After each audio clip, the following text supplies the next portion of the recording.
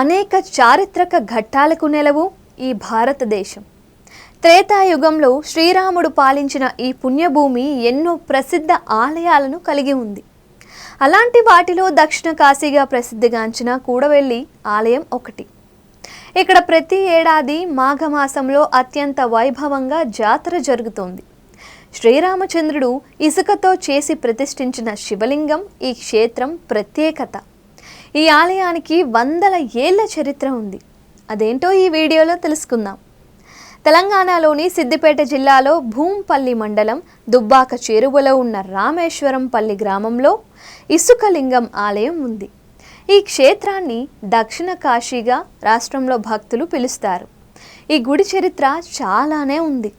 ఈ క్షేత్ర చరిత్ర విషయానికి వస్తే, శ్రీరాముడు రావణ సంహారం తరువాత అగస్త్య మహాముని సూచనతో బ్రహ్మహత్య మహాపాపం దోషాన్ని నిర్మూలన కోసం శివుణ్ణి పూజించదలచి కాశీ నుంచి శివలింగాన్ని తీసుకురమ్మని హనుమంతునికి చెప్పగా, ఆయన రావడం ఆలస్యం కావడంతో ఇసుక లింగాన్ని చేసి పూజ చేసిన వృత్తాంతం మనకి తెలిసిందే.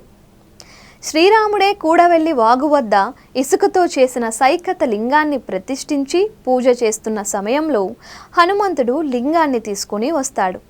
అక్కడ మరో లింగాన్ని చూసిన మారుతి దిగులుతో ఉండగా, రఘునాథుడు వాయుపుత్రునితో, బాధపడుకు హనుమ, మొదట నీవు తెచ్చిన లింగానికి పూజలు చేశాక నేను ప్రతిష్ఠించిన సైకత లింగాన్ని పూజిస్తారు అని వరమిస్తాడు. ఈ ఆలయంలో 2 లింగాలు దర్శనమిస్తాయి. 2 వాగులు కలిసే ప్రదేశంలో ఈ ఆలయ నిర్మాణం జరిగింది. అన్ని వాగులు పడమర నుంచి తూర్పుకు ప్రవహిస్తూ ఉంటాయి. కూడవెల్లి క్షేత్రంలో వ్యతిరేక దిశలో ప్రవహిస్తుంది. ఇది ఇక్కడ మరో ప్రత్యేకత. కూడవెల్లి పార్వతీ సంగమేశ్వర ఆలయం, శ్రీ వేణుగోపాల స్వామి ఆలయం, ఆంజనేయ స్వామి ఆలయం, వీరభద్రస్వామి ఆలయం, వినాయకుని ఆలయాలను మనం దర్శించుకోవచ్చు.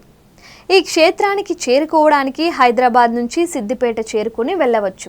అలాగే హైదరాబాద్ నుంచి రామాయంపేట మీదుగా కూడా ఈ ఆలయానికి వెళ్ళవచ్చు.